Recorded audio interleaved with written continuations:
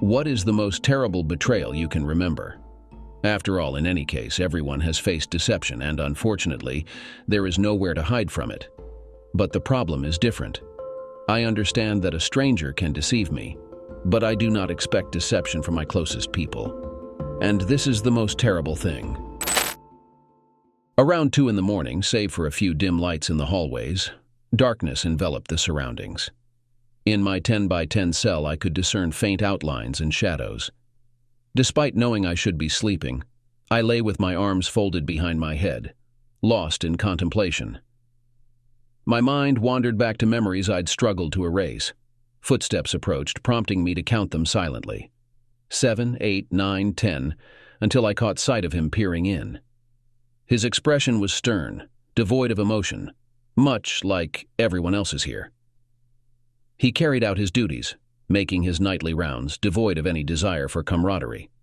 Whether he noticed me looking back didn't matter. He was out there, and I was in here. As he passed my cell, I ceased counting. There was no use. He wouldn't return for another 92 minutes. Staring at the ceiling, I once again began to map out my plans for when I would eventually leave this place. 5 days and a wake-up call, and I'd be stepping through those doors for the final time. I calculated that I'd have served nearly 7 months of my 1-year sentence.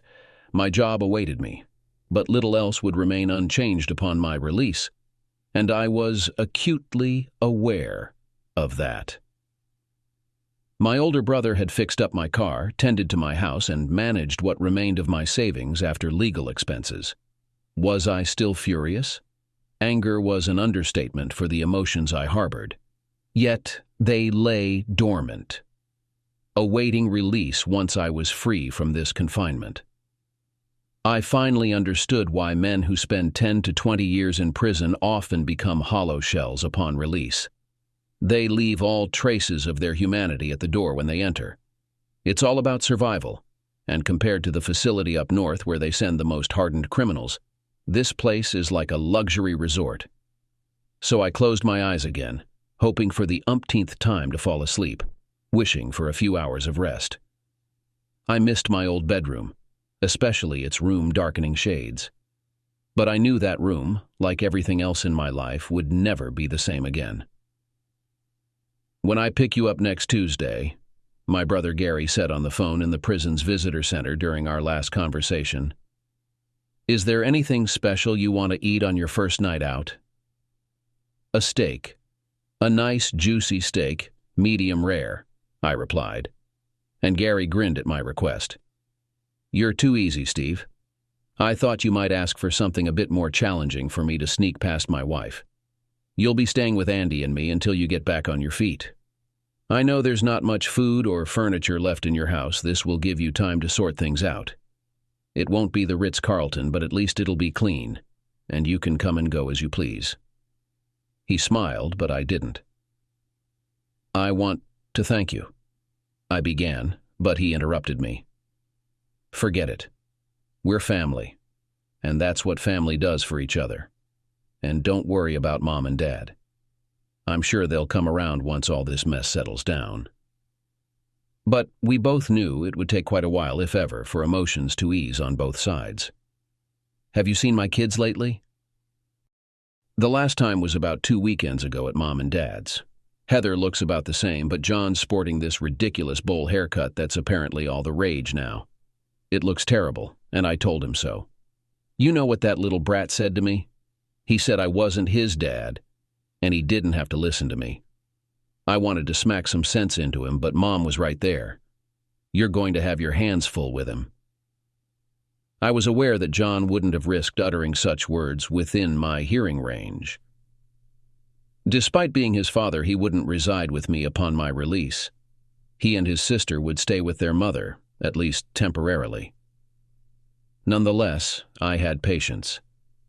Once out of this miserable place, time was abundant. I'd wait for the perfect moment. I wasn't in a rush.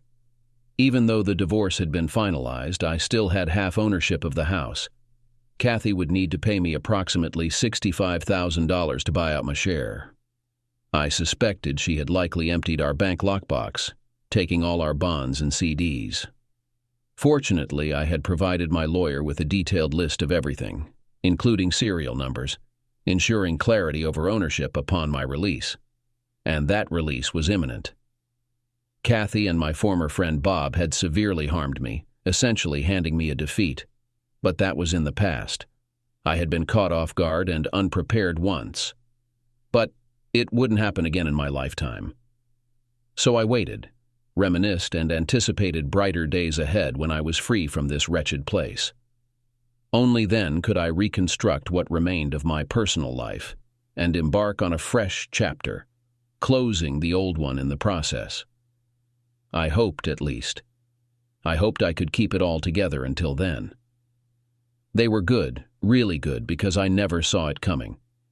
In the weeks before I ended up in jail, a few of my supposed friends would approach me, hinting that they were aware of something going on but hadn't spoken up. What were they thinking? Did they believe I was aware of the situation and accepted it? Each of those individuals must have known I would never tolerate such behavior, but perhaps they chose not to get involved in someone else's problems, likely preoccupied with their own. Our marriage seemed solid, at least I thought so, 12 years and counting. We had 2 children, a lovely home, and respectable jobs. Of course, like any marriage, we had our disagreements, but I loved my wife deeply and never imagined her capable of what she did. Our social circle was small, mostly comprising a few couples from the neighborhood. Most had been married for over 7 years and were around our age. Nearly all of us had at least 2 children, except for Bob and his wife Connie, who struggled with infertility. Kathy probably knew the real reason behind their struggles, but I preferred to maintain some distance from everyone's personal affairs, including theirs. We were close, but not that close. Eventually, it became evident to our group that Connie was drinking excessively. With no concerns about driving home, alcohol flowed freely at our gatherings. We all lived close enough that we could practically crawl home if necessary. Connie's drinking started about a year ago and worsened over time. Initially, she became more melancholic, but after a few months it turned into something more troubling. Bob, consumed with caring for his wife, drank very little himself. "Bob, sweetheart, could you grab me another drink, please?" It began mildly at the start of the evening, but as the night progressed, she grew more demanding, eventually resorting to ordering him around with expletives. On multiple occasions, he had to practically carry her home due to her intoxication. I empathized with him, but I recognized it was his issue, not mine. "Connie was quite the spectacle tonight," I remarked, getting ready for bed. "I reckon Greg and Judy left early because Connie kept trying to undress and asked Greg for help. No one was letting her near the pool, that's for sure." "I felt bad for Bob," my wife chimed in, tossing her clothes on the chair beside our bed. "I know Connie is struggling with their infertility, but taking it out on her husband is unfair. I suggested adoption, but she wasn't receptive. She just blamed her husband for their situation." "Well, they'll either resolve it or split," I observed. "I doubt Bob will tolerate it much longer, and about next week's dinner plans, I hope Connie behaves herself, but I'm not holding my breath. Frankly, I wish we weren't going. I'll have a chat with her this week. Maybe she'll tone it down for one evening," my wife offered optimistically. "Let's hope so," I sighed. But Connie didn't tone it down. "Waiter, waiter," Connie shouted at anyone passing by our table. "How does one get a drink in this place anyway?" she slurred. Then she started berating Bob again. He was on the verge of losing his temper when I intervened. "Come on, Connie, you promised me a dance tonight, remember?" I interjected, placing her drink on the table and pulling her onto the dance floor. She began to protest, but I was already leading her away, determined to salvage the evening in any way I could. We were perilously close to being kicked out because of her, and I was doing my utmost to mitigate the situation. I circled the dance floor with her for 3 songs. I caught sight of my wife chatting with Bob, who seemed utterly miserable. As we neared the hallway while dancing, Connie excused herself, claiming she needed to use the restroom. I guided her towards the ladies' room and helped her inside. After waiting for 5 minutes with no sign of her, I pondered my next move. Seeing two women heading towards the restroom, I asked them to check on Connie. Their report wasn't reassuring. "Is she wearing a bright yellow dress?" one of them inquired from the doorway. Upon my confirmation, she shook her head. "She's passed out in one of the stalls.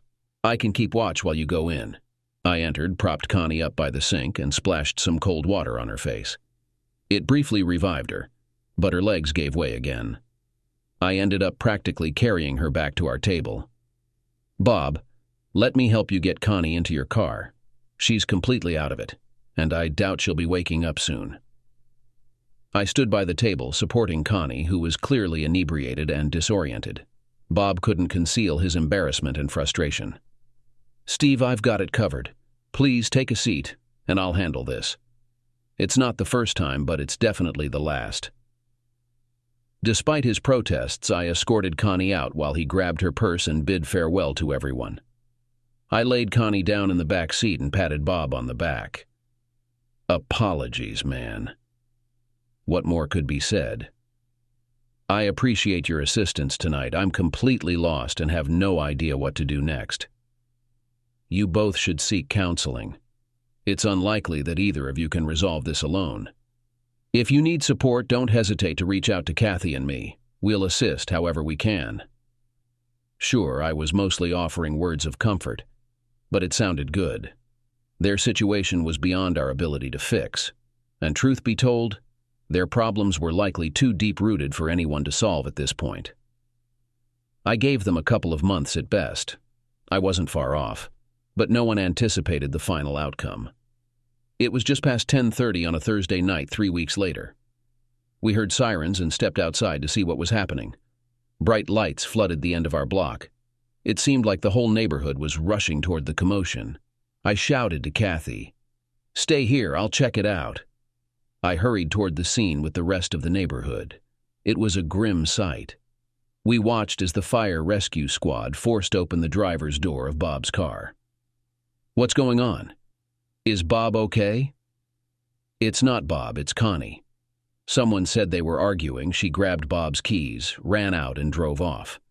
He tried to stop her, but she took off down the street." She didn't get far, as my informant explained the unsettling turn of events.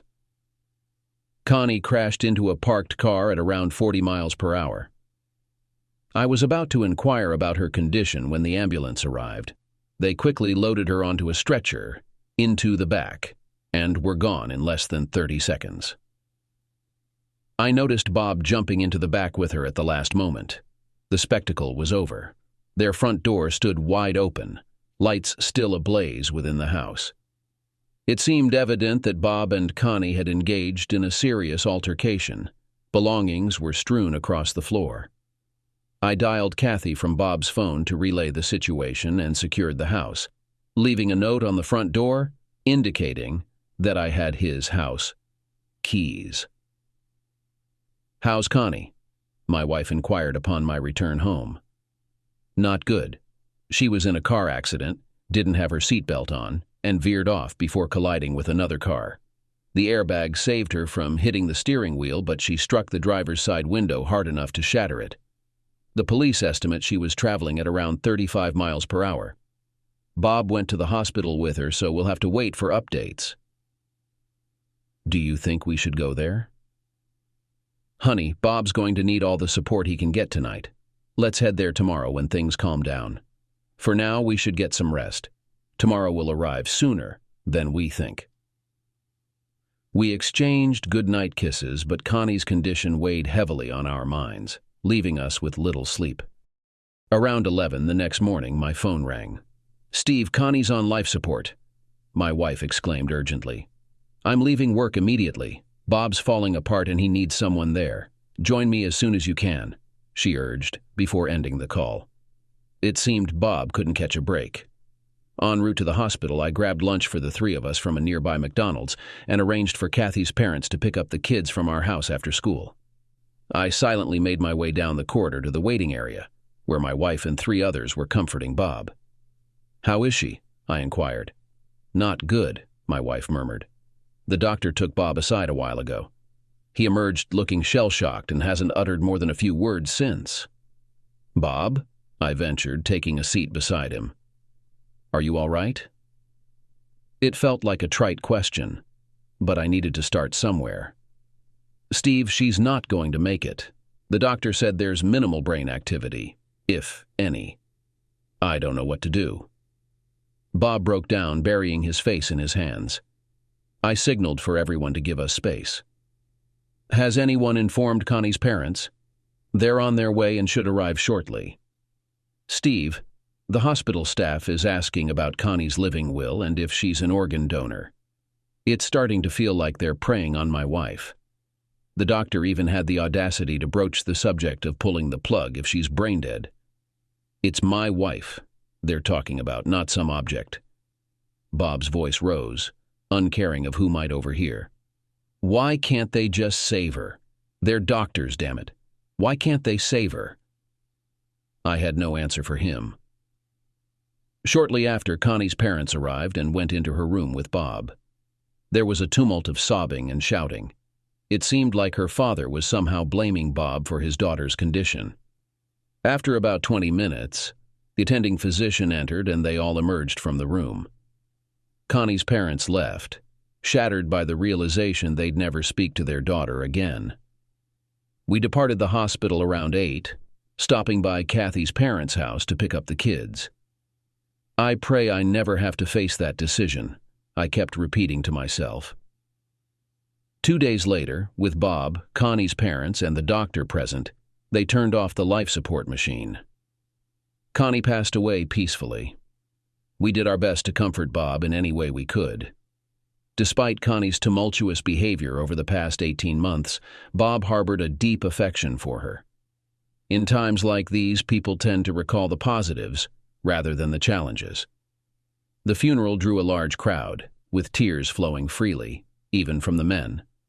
Bob took her passing particularly hard, taking a month off work to visit his family back east. I assured him we'd look after his affairs while he was away. As I prepared for bed, exhausted from the past few weeks, I told my wife, "You know I love you, right? If I ever end up like Connie, just let me go. I couldn't bear to be kept alive by machines."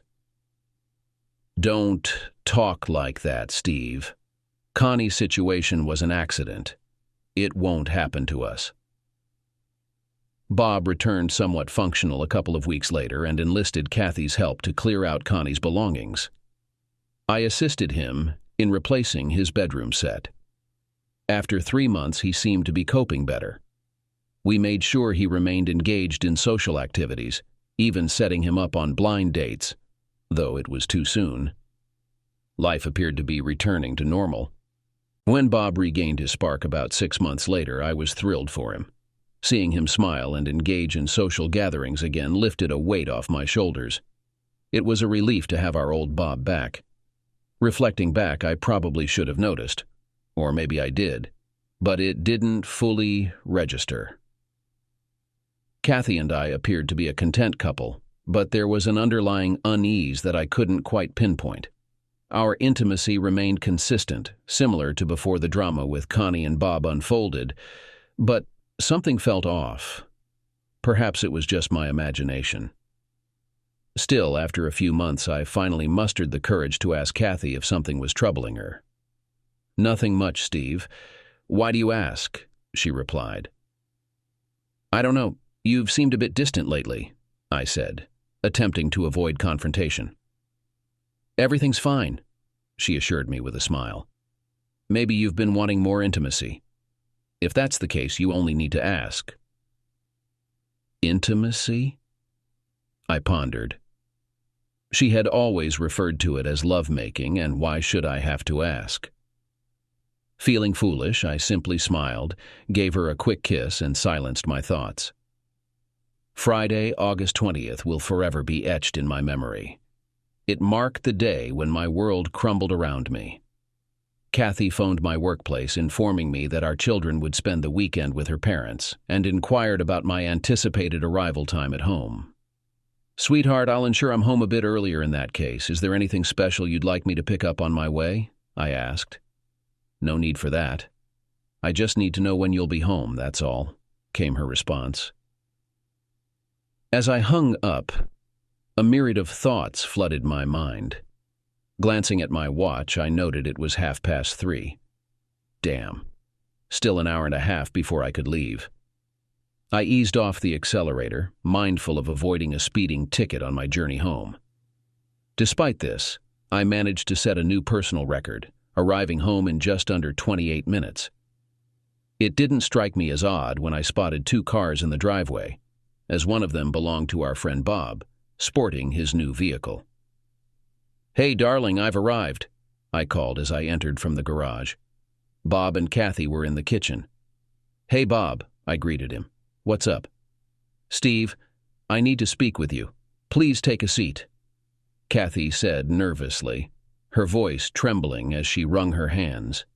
Something seemed off. "I'll just stay standing," I told my wife, eyeing them both. "Steve, I wanted to inform you before you received the papers," Kathy began. I was bewildered. "What papers, Kathy?" She took a step back. "Divorce papers," she barely managed to say. My heart skipped a beat.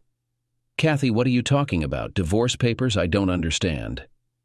"Steve," Bob began before I interrupted him. "Bob, stay out of this. This is between my wife and me." Then it hit me. I glanced at her, then at him, and back at her. "Bob, I think you should leave right now." My hands were clenched into fists. "Bob, stay," my wife insisted. "Steve, this involves him too. Bob, you have 10 seconds to get out of this damn house, and if you don't, you might leave in a body bag." He started towards the door. "Kathy, we need to talk. Now," I yelled at her. "Steve, there's nothing to discuss. I'm in love with Bob." "Steve, I'm sorry." "You deceitful woman. How long have you been having an affair with our supposed friend, Bob? Was it even before he pushed Connie over the edge and killed her?" Bob halted his retreat, meeting my gaze with fire in his eyes. "Steve, you don't know anything." "Oh, I think I understand. While I was trying to comfort you, you went behind my back and betrayed me with my wife. I have to do something to you. You won't escape the consequences, do you hear me?" They were standing next to each other, clearly in a panic, and I was screaming and raging. "If you think that I will just put up with such treatment, think again. Both of you, get out of my house," I screamed at them. "Steve, this is my house too," Katie replied, regaining her composure. "Not anymore. Unfaithful people are not allowed, and you definitely fit that description, don't you?" I could hardly restrain myself from hurting them. "I'll leave as soon as I pack my things." "There's no chance. You'll leave right now if you know it's best for you." "Katie, let's just leave," Bob suggested, pointing to the door. "Listen to your new coward," I teased Bob, hoping to provoke a reaction. "Steve, I'll come back for my stuff as soon as you calm down." "You'll be 6 feet deep by then," I warned bitterly. They both exited through the kitchen door, their gaze fixed on me the entire time. Following that, I lost control. I consumed at least 2 beers and caused a considerable amount of destruction, including damage to dishes, our microwave, and 4 walls, all within a span of 2 hours. It took me 4 trips, but eventually I emptied Kathy's bedroom closet, dumping its contents onto the front lawn and setting the sprinkler timer to run for 4 hours. I closed and locked the doors, securing them with safety chains. Over the next 45 minutes, there was a lot of yelling and screaming, which ceased after I finished my 6th beer. Being a lightweight drinker, 6 beers rendered me incapacitated until the following morning, which was perhaps for the best. When I went out to fetch the morning newspaper, I noticed Kathy had retrieved all her belongings. At least I won't have to haul them to the curb, I thought, attempting to find solace in my actions, albeit unsuccessfully. I was devastated, and dwelling on it only fueled my anger. I should have probably informed my brother and parents about the situation, but I didn't. I wasn't sure who Kathy had informed, although I suspected most people were still unaware. However, after last night's events, I no longer cared. Upon calling Kathy's parents' house to speak with my kids, her mother refused to let me talk to them. "Steve, Kathy picked them up last night. That's not true, Fran. Last night, Kathy was too busy collecting her clothes from our front lawn. Let me speak to my kids, I shouted into the phone. She hung up on me and didn't answer my subsequent calls. Jerk, I muttered under my breath. I was still not thinking clearly, but I understood enough to minimize my losses by canceling all our credit cards. I informed the companies that they had been stolen and requested immediate cancellation. At an ATM, I withdrew all the cash permitted from our savings and checking accounts. I planned to be at the bank first thing Monday morning. After a quick breakfast, I strategized my day, changed the code on the garage door opener, install new locks on all doors, and relocate anything valuable to my brother's house. As I was about to leave, the doorbell rang. Pausing, I peered through the peephole and saw someone holding a large manila envelope. I refrained from opening the door, knowing that eventually he would catch up with me. Just not today. I briefed my brother Gary and his wife Andy on the events of the previous night, instructing them to keep the bag of belongings discreet. They expressed their sympathies, agreeing that Kathy's behavior was disappointing. Afterward, I headed to Home Depot. Armed with 3 new lock sets, I headed home, anticipating a 2-hour installation process. However, as I approached my street, I spotted Bob's car in the driveway. He stood beside his car, observing Kathy loading items into it. Perhaps I should have driven past and waited until they finished, but I was too angry for that. Instead of driving past, I accelerated. With tires screeching, I turned into my driveway and collided with the back of Bob's car. Bob barely had time to get into his car before mine hit. The impact pushed his car against the closed garage door. I reversed, backed up about 15 feet, and then accelerated again. This time I drove his car through the garage door. With steam billowing from under my hood and my engine making a horrible noise, I could barely see. However, when I tried reversing again, my car cooperated. I only backed up about 10 feet this time. Despite flooring it, my car could only move Bob's car a few feet before it stalled. My heart raced as I leapt out of my car, fueled by adrenaline. I grabbed my son's aluminum bat from the garage and started swinging wildly. Bob cowered in his car as I smashed both driver's side windows and finished off the windshield. As I was about to open his door, I heard loud voices behind me. "Drop the bat and put your hands on your head," an authoritative voice commanded. I complied, turning to see 2 police officers outside the garage with guns drawn. "Drop the bat, put your hands on your head, and kneel down. Now." Realizing resistance was futile, I surrendered the bat and obeyed their orders. I was shoved onto the garage floor, handcuffed, and placed in the back of the patrol car. Only then did Bob emerge from his car. He seemed visibly shaken and terrified. I wanted to lean out the window and warn him that I wouldn't miss next time, but I never got the chance. My wife, who I despised, was crying, conversing with the police, and staring at me.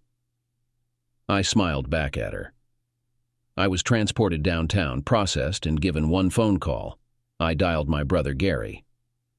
Since it was the weekend, I had to spend 2 nights in jail before my court appearance on Monday morning.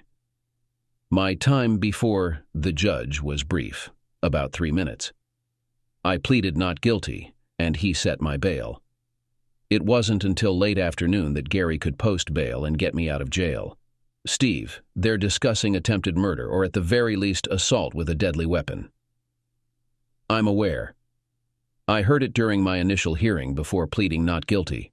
But first things first, I need you to take me to the bank immediately. She's probably emptied the accounts, but I need to check if she hasn't.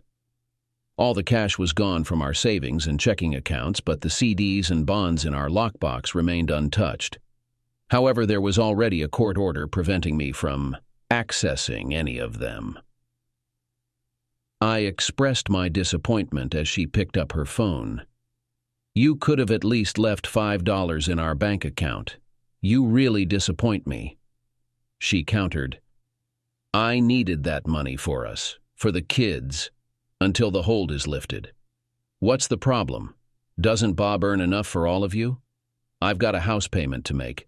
Maybe I should light a fire in the living room just to take the edge off." "Steve, stop with the drama. I'm sorry, but you're making this harder than it has to be." Can't you just accept it and move forward? I'll move on once my kids are back home.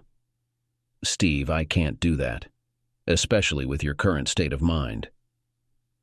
I don't think you'd ever hurt them, but I can't risk it.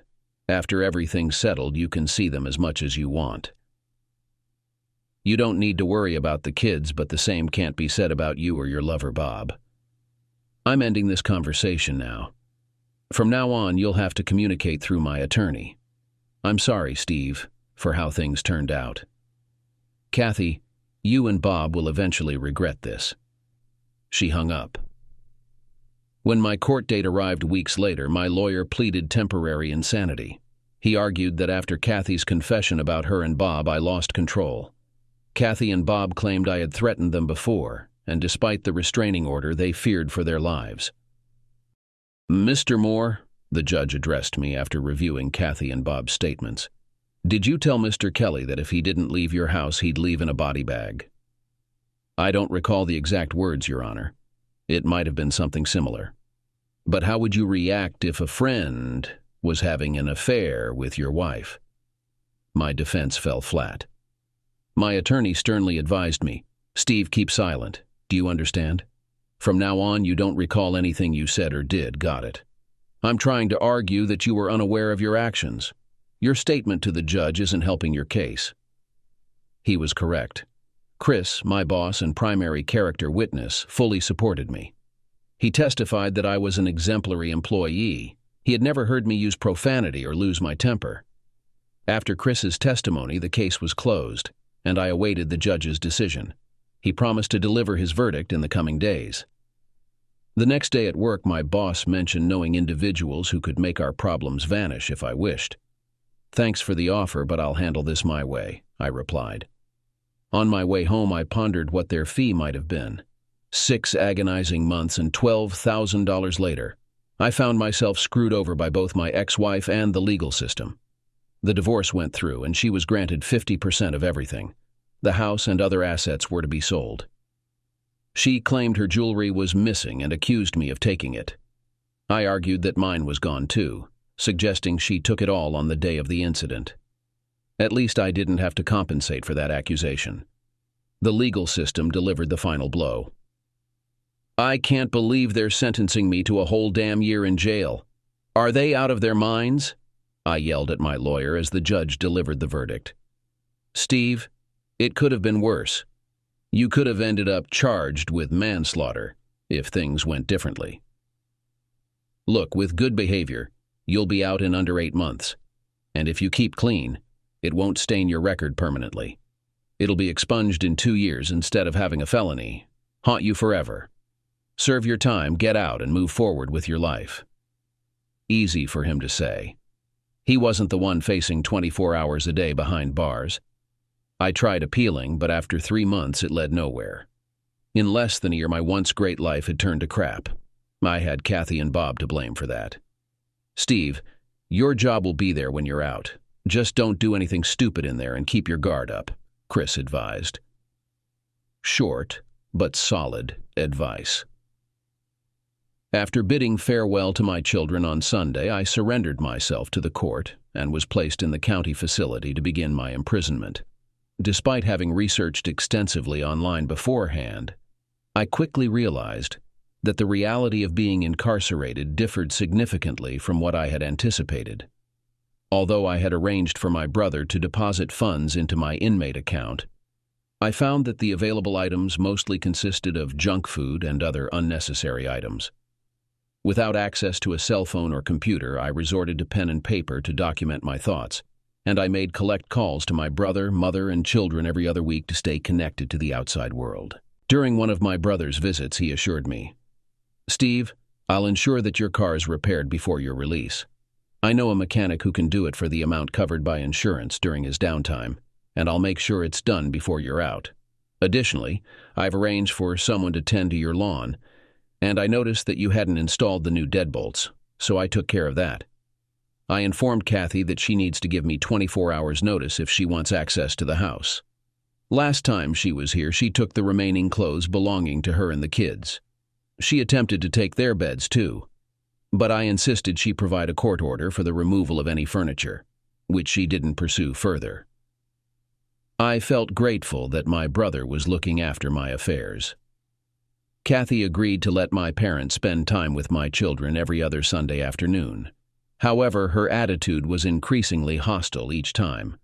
She claimed she was allowing it out of courtesy, insisting that my parents were no longer part of her family. According to what my mom gleaned from the kids, Kathy was not only speaking ill of me, but also of my entire family. She began referring to me as their jailbird father, and warned them that when I was released she would confront me about what I could and couldn't do with them. Despite her behavior, my parents complied with all her requests. I wished they would stand up to her and refuse, but they insisted on maintaining open lines of communication with her. 7 days before my release, I contacted my lawyer to confirm my visitation rights. I would have the children every other weekend and a full month during the summer. Holidays would be divided equally, alternating each year. I informed my boss of my impending release, explaining that I would need a week to readjust and sort out my life again. I've never been happier to trade my orange jumpsuit for street clothes. Gary was waiting outside for me. We stopped at the nearest bar. "Here's to freedom," I said, clinking our bottles together and downing the first of 3 beers. "Andy has prepared a feast for us at home, a steak dinner with all the fixings, just like you wanted. I thought you could stay with us for the first couple of nights until you sort through your things at the house. It's still on the market, but there haven't been any offers. Kathy wanted to lower the price, but she needs your approval for that." I grinned. "You still have all the furniture in the house, but I followed your instructions and got rid of the master bedroom set." Dinner was amazing. I ate more than I have in the past 8 months. Loosening my belt and sipping a glass of wine, I relished the true taste of freedom, to do what I wanted, when I wanted. Not only did I indulge in food, but I also drank too much. I vaguely recall having 5 or 6 beers and at least 3 glasses of wine. It wasn't until after 10 o'clock the next morning that I woke up and well past 11 before I could sit up and make it to the bathroom without stumbling. I staggered downstairs into the kitchen and found a note on the counter that told the story. "If you're reading this, you made it through last night. There's coffee brewed, and everything else you might need is in the fridge. In the spare bathroom, you'll find soap, a razor with shaving lotion, a toothbrush, and toothpaste. If you require anything else, we'll sort it out when I'm back from work tonight. Your car and house keys are on the rack by the back door. I hope I don't need to remind you to stay sensible. See you around 5:30. Turns out my brother understood me better than I realized. 2 cups of coffee and an English muffin were all I managed to consume. After a shower and a shave, I began to feel somewhat human again. Gary had laid out fresh clothes for me, and within an hour, I was heading to my place. The exterior of the house hadn't changed. I sat in my recently fixed car for what felt like ages before stepping out. Memories, both pleasant and painful, rushed through my mind. I noticed the new deadbolt lock, and with a turn of the key, I entered. It was chaos inside. Things scattered everywhere. It seemed like someone had hastily rummaged through the place. Clothing was strewn across the floor. The kitchen was somewhat tidy, and the fridge still held the same food from months ago. Leaning against the sink, I surveyed the damage on the wall where my fist had collided with a stud, not yielding as I'd hoped. I winced, recalling the intensity of that moment when I stumbled upon the 2 of them that night. "Damn," I muttered quietly, ascending the stairs. The children's closet stood bare, save for a few overlooked trinkets. My own bedroom echoed emptiness, save for my dresser and clothes hanging in the closet. The carpet bore faint marks where our bed and her dresser once stood. It was clear this room needed a complete overhaul before I could bear to enter it again. The rest of the house remained untouched, needing a thorough cleaning if I ever intended to sell it. But selling wasn't on my agenda. I had other plans. Seating myself at the kitchen table, I began jotting down tasks that awaited attention. While I could have tackled most of the repairs alone, I was past that point in my life. I just wanted it done. Tucking the list into my pocket, I made my way to the bank. my mind set on the future. When I checked the lockbox and discovered it had been emptied, I wasn't surprised. I needed official confirmation from the bank regarding her actions. They mentioned they had video evidence of the lockbox area if required. A conversation with my lawyer confirmed her actions. However, what I wasn't aware of was that he had already taken legal action to retrieve everything. It seemed we had won the initial battle, as the court had already ordered Kathy to return all the items she had taken from the lockbox. My lawyer briefed me on the situation. "Steve, she's proposing to exchange her share of the house for your share of the CDs and bonds. I informed her to comply with the court's directive and return everything, or face potential arrest for defying a direct court order. I'm not concerned if she harbors any ill feelings towards me. My duty is to solely represent your interests and ensure they are safeguarded legally." "That's precisely why you enlist the services of a lawyer," I reminded myself. Upon returning to my residence, I conducted an assessment of my remaining possessions. Aware of a nearby contractor, I made a mental note to contact him for wall repairs. Subsequently, I arranged for Mary maids to conduct a thorough cleaning, particularly focusing on the kitchen and dining area where I had inadvertently caused some chaos. Regrettably, the incident didn't involve Kathy's grandmother's cherished china. Fortunately, essential utilities like electricity, phone, and water remained functional, leading me to anticipate reoccupation by the weekend, pending the acquisition of a bed. Seeking only a queen-size bed rather than a complete bedroom set, I embarked on the task of mattress shopping after an extended hiatus. The multitude of styles, materials, and prices proved overwhelming, ranging from a modest $500 to an extravagant $7,000. Prioritizing comfort over extravagance, I opted for a sturdy box spring, mattress, and frame totaling just over $900. This ensured I wouldn't be reminded of any past indiscretions on a second-hand mattress. Come Saturday morning, Hank, the contractor, arrived to discuss repairs for the property damage. "Your walls seem sturdy. Must have been painful when you hit that damn stud," he remarked with a slight grin. "I just want the holes patched and a fresh coat of white paint, nothing fancy," I informed him. He jotted down some notes as he inspected the damage on all 4 walls. "How does 200 sound to you?" "Pretty low." "Well, that's my offer. Take it or leave it." "Hank, I still have money left. I don't want to exploit our friendship." "Steve, whether you realize it or not, you did me and the guys in the neighborhood a huge favor. After what happened with Bob in the car, most of us started looking up to you. I don't know what I would have done if it were my wife and me, but now every wife in the neighborhood knows their husband wouldn't tolerate what yours did to you. Hell, Randy and Linda had a big fight one night when she took Kathy's side. Randy told her if she felt that way, she could leave because he might have done something drastic if she'd done that to him." Hank paused, took a deep breath, then continued. "Let me emphasize, you're our neighborhood hero." It brought a small smile to my face, but he didn't know the half of it. I thanked him and said he could start whenever he wanted. With that, all the easy tasks on my to-do list were completed. Within 6 weeks, all the bonds and CDs had been returned to our bank's lockbox. The house had been repaired and professionally cleaned. Life was starting to settle into my new normal. When my kids spent their first full weekend with me, we were all a bit anxious. To put it differently, none of us quite knew what to say. "Kids, I understand it might feel strange for a while, but remember, this is still your home. If you have something on your mind, don't hesitate to speak up. I want you to feel comfortable expressing yourselves without worrying about hurting my feelings. In the past year, I've grown thicker skin, and I doubt there's anything you could say that would shock me anymore." I think they felt a bit relieved that I initiated the conversation. "Dad, you know we both care about you and we're sorry Mom did this," John said, while Heather nodded in agreement.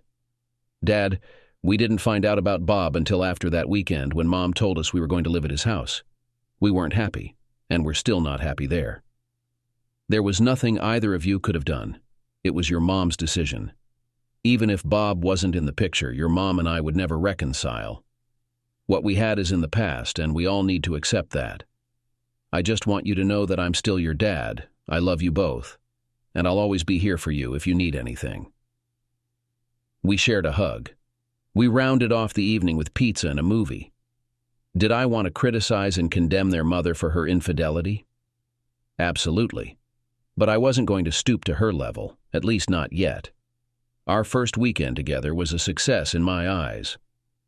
We started off cautiously but ended up feeling like the family we always were. However, in this new family dynamic, we were together yet also apart. One thing I did do was give John a decent haircut. No more bowl cut for him. Life continued as usual on the surface. I maintained my job, had a limited social circle with friends from the neighborhood, and devoted the remainder of my time to taking care of the kids.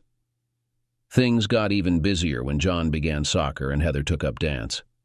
Everyone except my brother urged me to move on, to start afresh. "You're still young. You can find another partner, start a new chapter." To them, I'd simply retort, "To hell with you and your advice." I had invested 14 years in that relationship, and if I wanted to remain angry, it was my prerogative. Their words were hollow. They hadn't endured what I had in the past 2 years. Sometimes, you need to extract your pound of flesh to ease the pain. And that's precisely what I intended to do. Kathy proposed reducing the house price. I adamantly refused. She was furious.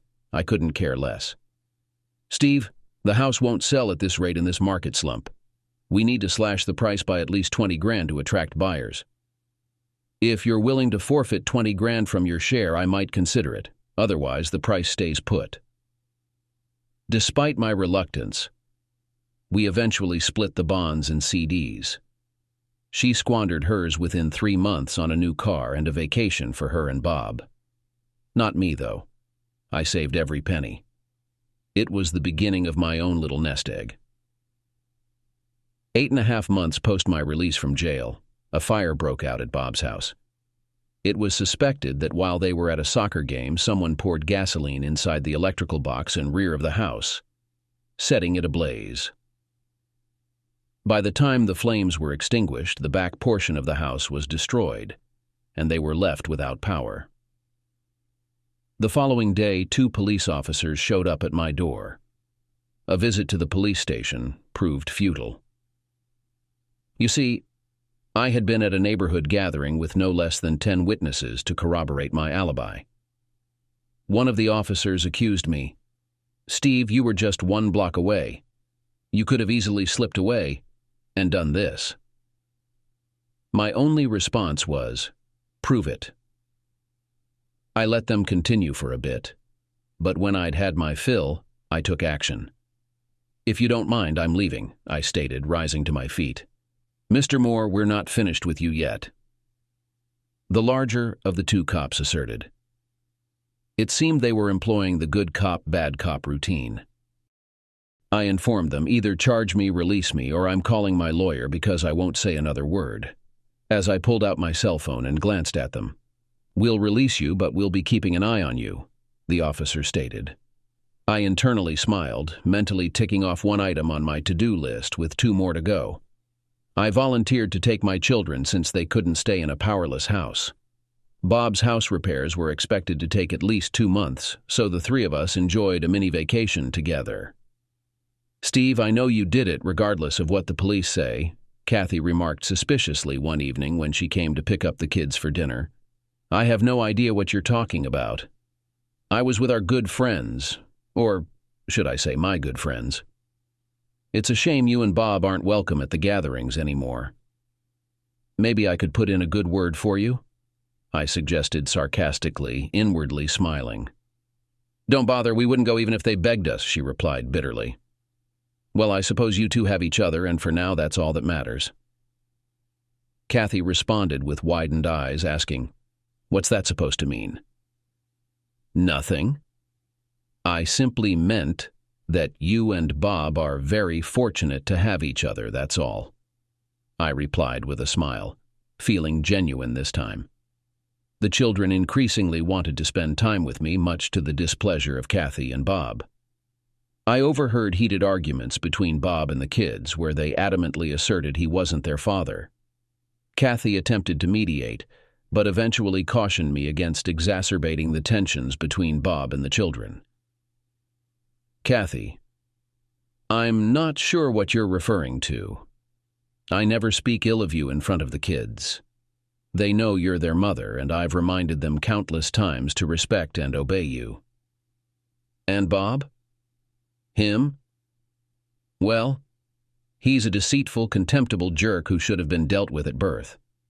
Apart from that, I suppose he's decent enough. If looks could kill, I'd be dead already. He's good to your kids, and I don't want you bad-mouthing him to them anymore. That's not going to happen. He means nothing to me, and I can only hope to urinate on his grave someday. With that, she shot me another glare. Not that I'd ever do anything to harm him, of course. Steve, I swear, she began. What will you do, Kathy? Cheat on me? Divorce me? Throw me in jail? Make my life a living hell?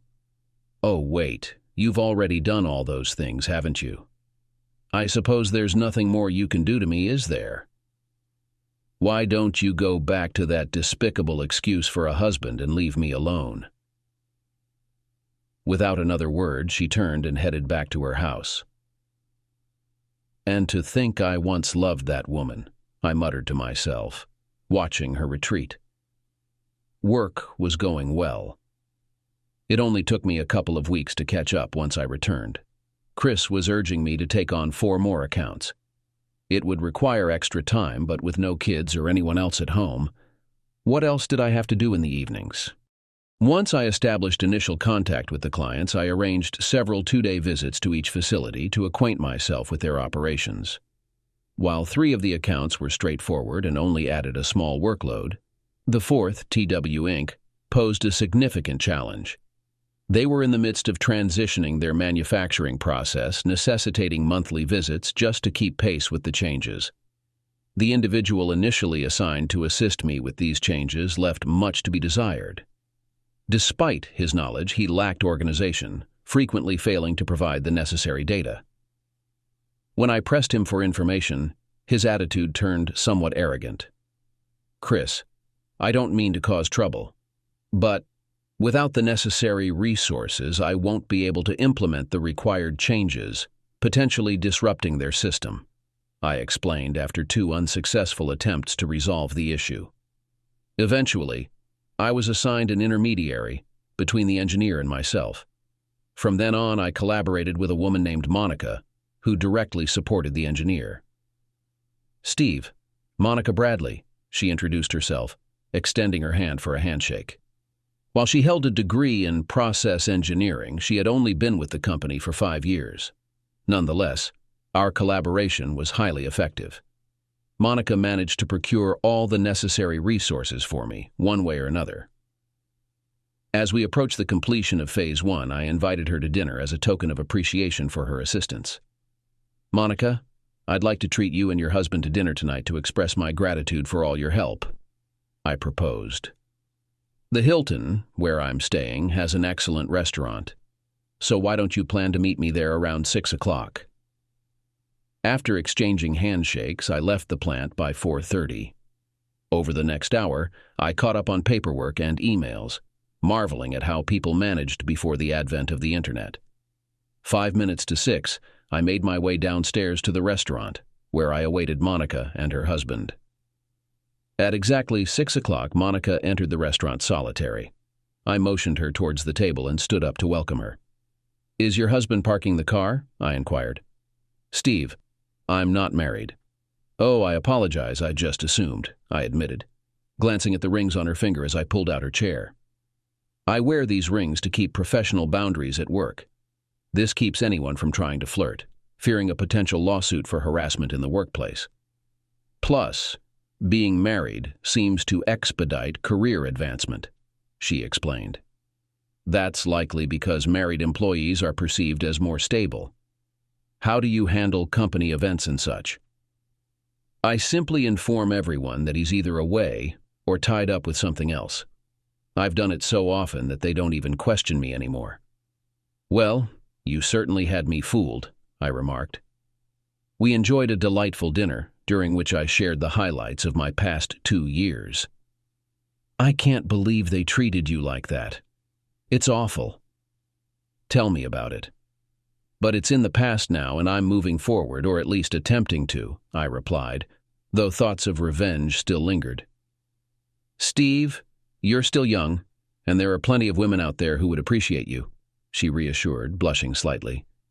You're probably right, but I haven't mustered the time or enthusiasm to re-enter the dating scene. I'm still a bit cautious. Well, you did ask me out, didn't you? You and your husband, I joked. If I weren't married, would you still have asked me out? She inquired. You know, I probably would have. You're easy to talk to and pleasant to be around. Not to mention, you're nothing like my ex, I confessed. I'll take that as a compliment, I suppose, she laughed. The rest of the evening proceeded smoothly. The following day I departed and wouldn't return for nearly a month. I instructed her to call me weekly, especially if any issues arose. I started feeling more comfortable around women, even those outside my inner circle. During my visits, we frequently went out at night, occurring every few weeks. Although I still harbored trust issues, I was actively addressing them. Through phone calls and emails, we maintained contact. After a couple of months, our relationship progressed to kissing and more intimate activities, signaling my readiness to take things further. Was I regaining a sense of normalcy? When Monica mentioned a conflict on Wednesday night, it didn't raise any concerns. We had been intimate the previous night, and I had forgotten to pick up condoms. Steve, let's plan for Thursday evening, she said, kissing me passionately before leaving. I was already indulging myself as she headed to the elevator. Thursday, I made a mental note to bring protection. On Wednesday, I consulted a city map to locate a restaurant I hadn't tried yet. Having exhausted the local options after 6 visits, I embarked on what I dubbed a research mission.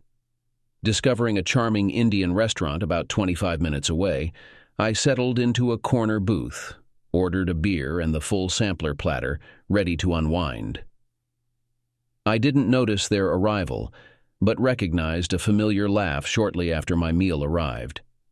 Regretfully, I switched sides in my booth and immediately wished I hadn't.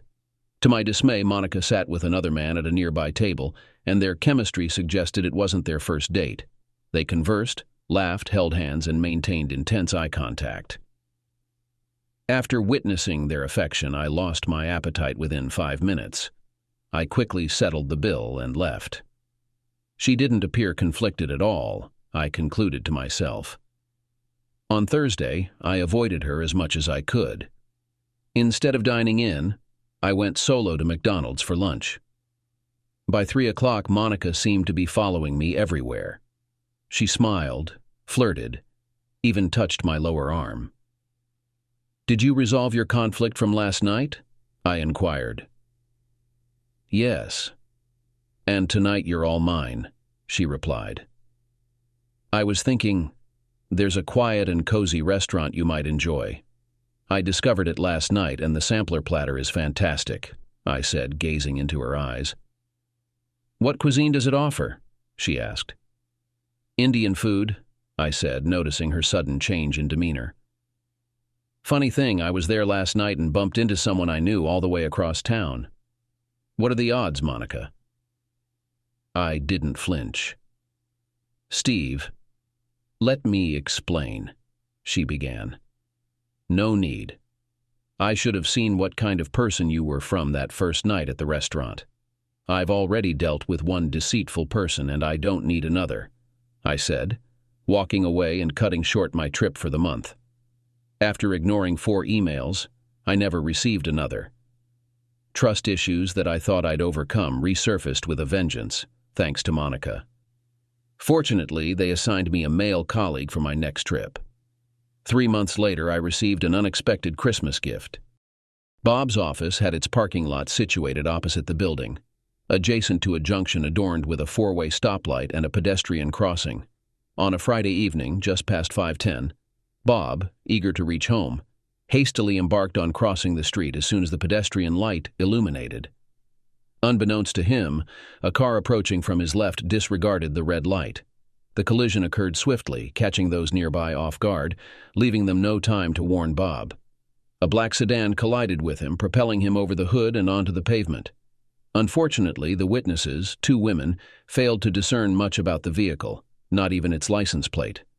They only managed to identify it as a black 4-door car with tinted windows, coincidentally resembling my own black BMW. The following Saturday evening, while conversing with my neighbor, a police car pulled up to my driveway. Exiting the vehicle, 2 officers approached us. "Mr. Moore, could we speak with you?"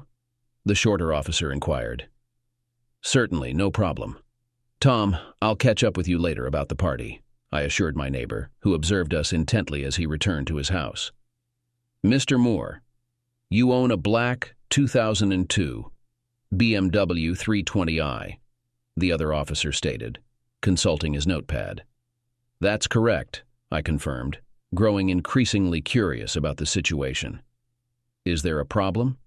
Did I forget to pay a parking ticket or something?" I joked, but the officers remained solemn. "Is the vehicle present here?" they inquired further. "Yes, it's in the garage. What's this all about?" I pressed for an explanation. "Excuse me, sir. We'd like immediate access to the vehicle, please." My 2002 car, while not new, had been repaired since the night I collided with Bob's car. It bore its fair share of dents and scratches, but it was fully paid for and still in good running condition. As one of the officers fetched a camera from their car, I went inside to open the garage door. They proceeded to the front right side of the car and began taking photographs. "Could you shed some light on how these scratches and marks appeared on the bumper?" "I'm afraid I can't provide specifics. Over the 8 years since I bought the car new, it's accumulated a few nicks and scratches.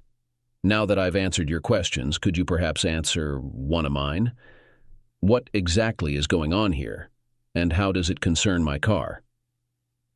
"Mr. Moore, there was a hit-and-run incident yesterday afternoon, and eyewitnesses described a black sedan with tinted windows matching your car's description."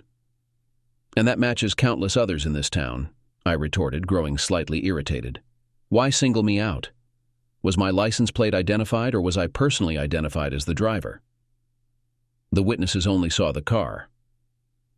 "Well, as you can see, there's no significant damage to the front end, and I can verify my whereabouts from 8 in the morning until 6 in the evening yesterday, so why target me?" "Your history with the individual and reported threats prompted our visit. We'll be leaving now. Thank you for your cooperation." "Wait a moment," I called after them as they walked back to their car. "Who exactly am I accused of hitting?" Mr. Robert Kelly." I couldn't help but smile. "Is he all right?" "No, sir, he's in critical condition." They paused briefly before continuing to their car. I waved them off, returned to my house, and opened a bottle of wine. Ordering a pizza, I indulged in almost the entire pie and managed to finish the entire bottle in celebration. The neighborhood was buzzing with talk about Bob. Some claimed, "He just can't catch a break," while others asserted, "He got what was coming to him." As for me, I was ecstatic. 2 days later, Bob's condition deteriorated, and he passed away. I was looking sharp, sporting a new suit, a fresh haircut, and gleaming shoes. I even made a pit stop to get my car washed and waxed on my way there.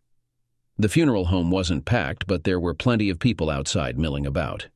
When I arrived, the chatter ceased, and all eyes were on me as I walked in. I didn't bother signing the guest book. I strode briskly down the aisle. When Kathy spotted me, I couldn't help but smirk inwardly at the shock on her face. My 2 children sat beside her, smiling at me. It took Kathy about 15 seconds to rise and try to stop me before I reached the open casket. But she failed, a small victory for me. From the moment I began my walk down the aisle, I'd been building up the courage. And by the time I reached the casket, I had more than enough. I looked down at Bob, lying peacefully, and spat in his face.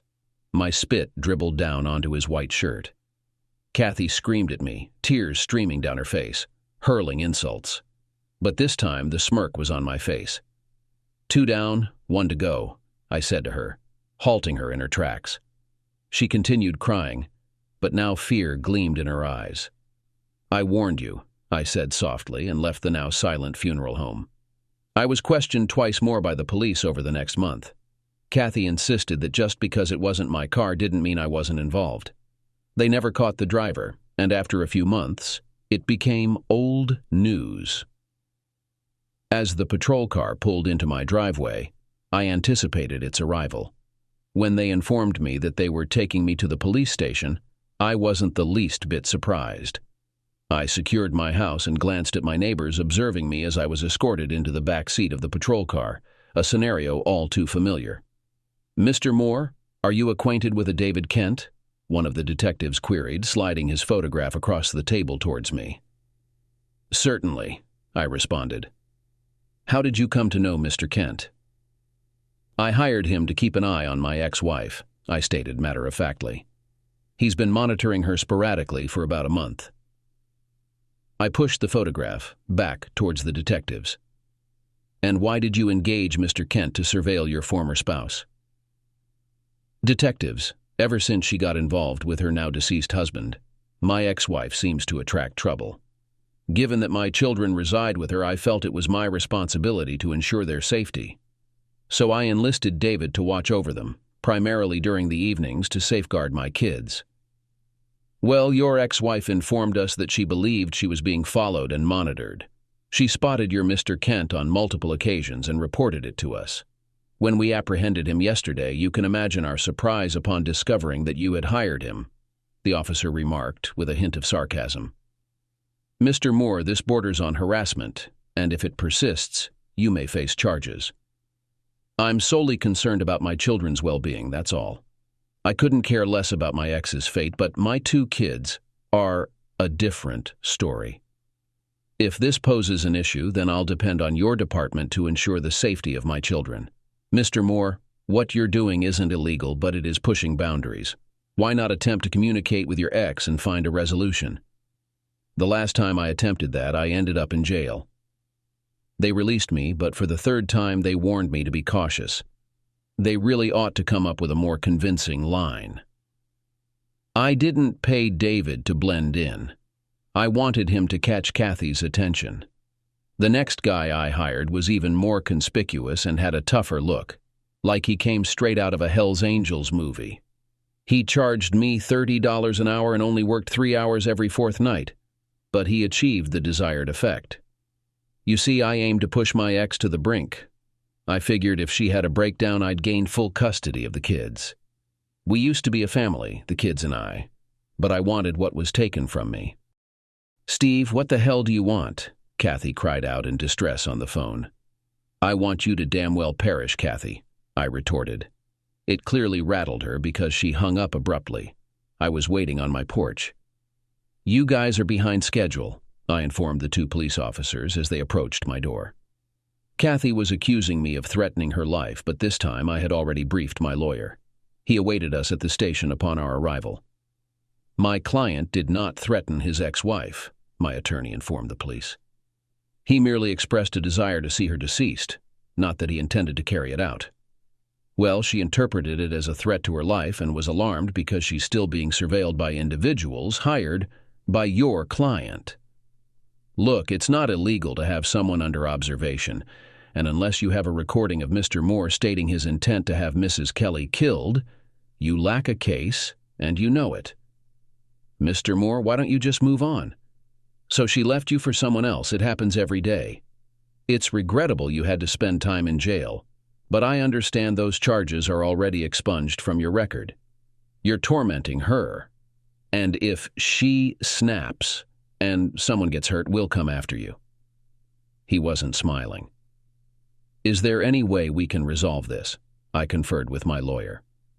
"All my client wants is to have his children back home with him. If Mrs. Kelly will relinquish custody, he'll withdraw completely. We have no authority over that. It's for the court to decide. Well, you asked and we answered. So if there's nothing further, my client and I will be taking our leave." And that's precisely what we did. On the deck during breakfast the next Sunday, I heard the doorbell ring. Wondering who would be calling so early, I opened the door to find Kathy's parents standing there. "Steve, do you have a moment to chat?" they asked. "Of course, come on in," I replied, welcoming them inside. They were dressed in their Sunday best, likely coming from or heading to church. "Would either of you like some coffee?" "No, thank you." They declined. "So, what brings you here?" I inquired. Kathy's father got straight to the point. "Steve, I know what our daughter did was wrong, especially leading to your incarceration. But she's our only child, and we're concerned for her well-being. I'm not seeking revenge on her, despite what she may think. She's made some poor choices, and now she's facing the consequences. All I want is custody of my children. They're better off with me, especially considering her recent string of bad luck. I'd hate for anything to happen to them if something were to happen to her," I explained. They looked at me, unsure of how to respond. "We'll talk to her, but you know how she is." Kathy's mother attempted to diffuse the tension. "That's where you're mistaken. The woman I married would never have betrayed her husband or abandoned him. I don't recognize who she is now, other than being the mother of my children. Frankly, I wish her the worst. I don't forgive, and I certainly don't forget," I declared. With that, they hastily departed, and I felt I had made my point. Thursday evening, after months of anticipation, my awaited visitor finally arrived. It was shortly after 7, the darkness descending. Apparently, she had walked because no car sounds reached my ears. A ring at the doorbell signaled her arrival. Peering through the peephole, I welcomed her in. She entered already in a state of anger.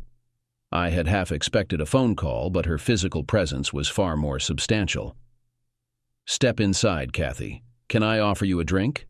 Acid? Hemlock on the rocks?" I joked, closing the door as she entered. "Very amusing. You truly are insufferable," she retorted as I held the door open for her. "I think we're nearly done here. Nice of you to drop by. Oh, and may you have a short, miserable life," I added, still holding the door ajar while she glared at me. "I'm not leaving until we resolve this," she declared, taking a seat in the living room. "Suit yourself," I replied, closing the door and heading to the kitchen for a glass of wine. "So, what brings you to my modest dwelling?" "Our modest dwelling, remember." "I still own 50% of this house," she reminded me. "Minus what I've paid since the divorce," I interjected. "Well, I want this place sold." "What will it take for you to lower the price?" she demanded. "An act of God or compensation for the loss plus interest," I countered. "Deal. Make it happen," she snapped. "I just want you out of this neighborhood and away from me." "That, my dear Kathy, will never happen." "Do you still hate me that much?" she asked. "More than you can fathom," I replied. The sequence of events unfolded in a regrettable manner, but I never intended to become entangled with Bob. It simply occurred. She doubted that I could be so foolish or inexperienced. "Nonsense, Kathy. Events don't just unfold without cause. Unless he coerced you with a weapon, you made a conscious decision. Was he so much more satisfying in bed that you were willing to jeopardize our marriage and family?" My frustration was resurfacing. It wasn't solely about physical intimacy.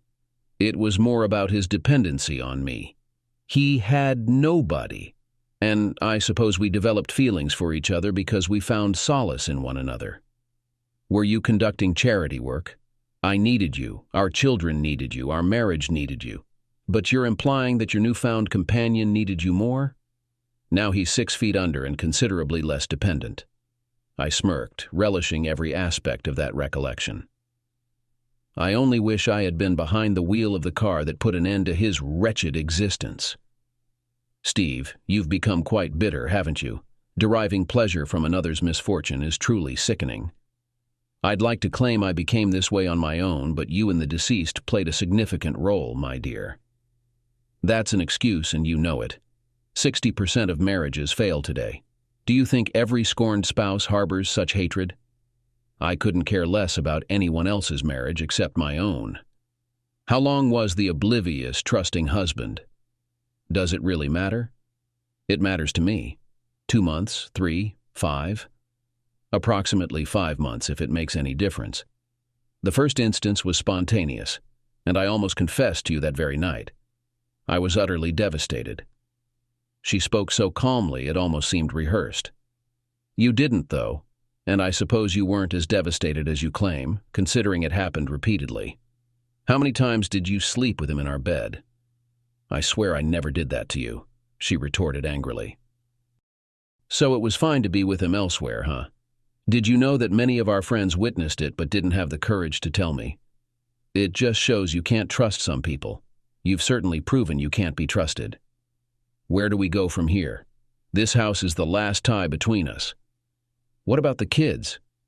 I'm not giving them up, and there's nothing you can say to change that, she asserted, her mind racing. Kathy, I won't even attempt to persuade you. You were granted full custody because of what you drove me to. If I hadn't lost control with Bob in his car that day, I might have had a chance at shared custody. Bob got what was coming to him, and now it's just us. Her eyes widened. Are you threatening me, Steve? Deprive my kids of their mother? Never, I replied, dripping with venom and sarcasm. But if something were to happen to you, like a heart attack or being struck by lightning or an accident, just know I'll ensure the kids remember you. And if you have any last wishes, I suggest you put them down soon. You never know when something might happen.